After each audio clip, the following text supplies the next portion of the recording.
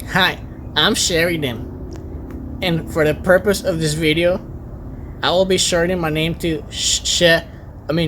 Dan, and you will see why in just a second. Thank you.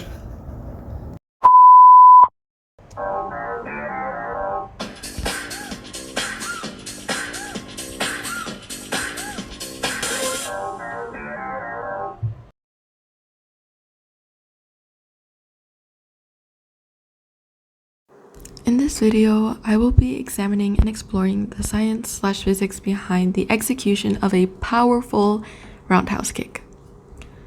Alright, so if you are ever interested in investing your time on learning or practicing Muay Thai kickboxing, then chances most likely are that you're in it for the cool, awesome looking kicks. That and getting fit, I suppose. I myself have experience in kickboxing, and if there's something that I wish I knew when practicing my roundhouse kicks, it's the understanding of torque and angular velocity, otherwise known as rotational force and speed. As stated in Comprehend, torque is a measurement of a force to produce a rotation about an axis. And as stated in my notes, it's basically the force needed to overcome the mass of the leg and cause it to rotate. Alright, so allow me to visualize this for you. The hip joint is a primary axis of rotation.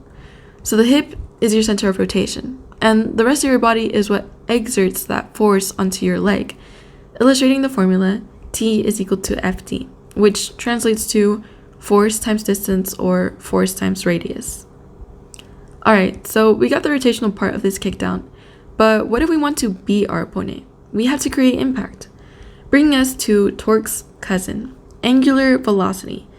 In simple terms, angular velocity refers to how fast an object rotates or revolves relative to another point.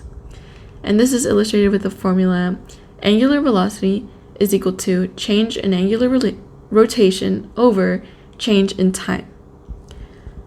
That being said, we need torque for rotation and angular velocity for speed and continuous rotation. Although our leg only quote-unquote stops at the bag or at the opponent's body, you have to act as if the bag or body wasn't there and allow your kick to follow through to create a powerful impact.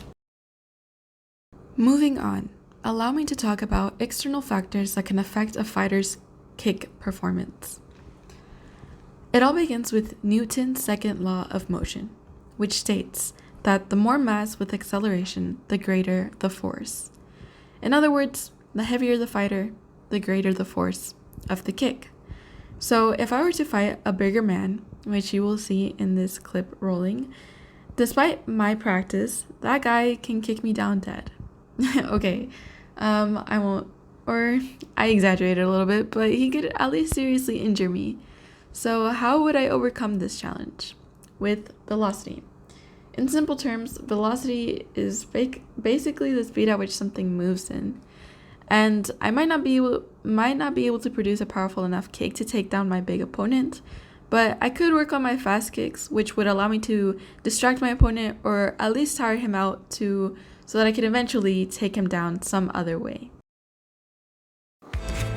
And that concludes my video. Thank you all so much for listening. I would love to give a special thanks to Coach Nick for providing the demonstration of the roundhouse kick on the punching bags, and a special thanks to my brother Juan for providing us with that wonderful introduction to the video.